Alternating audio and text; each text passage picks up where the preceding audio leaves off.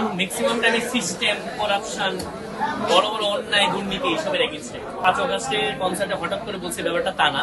আমি কথা বলি অনেক আগে থেকে, মানে যখন থেকে মুখ ফুটছে বলা যায় কাইন্ড অফ। আমি গান শুরু করছি 2016-তে। তো আমি 18 সাল থেকে যখন সড়ক আন্দোলন হয় আমি তখন থেকে, এবং আমার কোনো গান বা কোনো কথা কখনো ডিরেক্টলি কোনো পলিটিক্যাল এর এগেন্স্টে যায় না, আনলেস তারা খুব বড় অত্যাচার করতেছে। আমার গান ম্যাক্সিমাম টাইমে সিস্টেম, করাপশন, বড় বড় অন্যায়, দুর্নীতি এসবের এগেন্স্টে। যেমন ধরুন অনেক সেন্সিটিভ টপিক আছে যেগুলো নিয়ে কথা বলাই কারণ নিষেধ, মানুষ মুখে হচ্ছে কলো পেটে রাখে।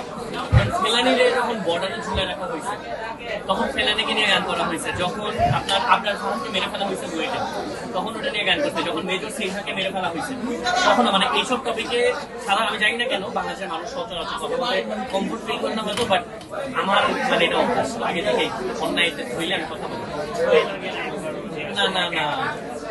ডর ভয় লাগবে কেন ভাই? ধরেন মারা যাওয়ারই তো মারা তো সবাই যাবে, সবাই মারা যাবে, আপনি মারা যাবেন, আমি মারা যাবো, যারা ভিডিও দেখতেছে তারাও মারা যাবে। বাট আমরা মারা যাবো তো মাত্র একদিন, আর বেঁচে থাকবো হচ্ছে প্রতিদিন। তো আল্লাহ যদি চাই তখন মারা যাবো মারা যাবে। পলিটিক্স এর ব্যাপার যে করতে চায়, যে যেমনি করতে চায়, এটা প্রত্যেকের ব্যক্তি স্বাধীনতা আছে।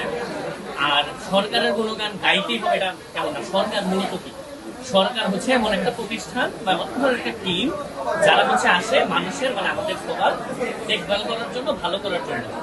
সো তারা যদি ভালো কাজ করে অবশ্যই তারা অ্যাপ্রিসিয়েশন ডিজার্ভ করে। তারা যদি রং কাজ করে, এমন কিছু হয় যেটা জনগণের সাথে রেখে যাচ্ছে, তখন তাদের কাছে কথা বলতে হবে।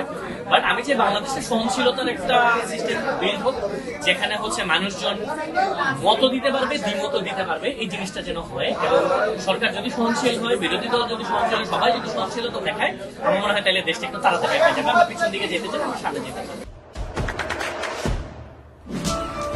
দেশে দেশে সবার সাথে দ্য নিউজ।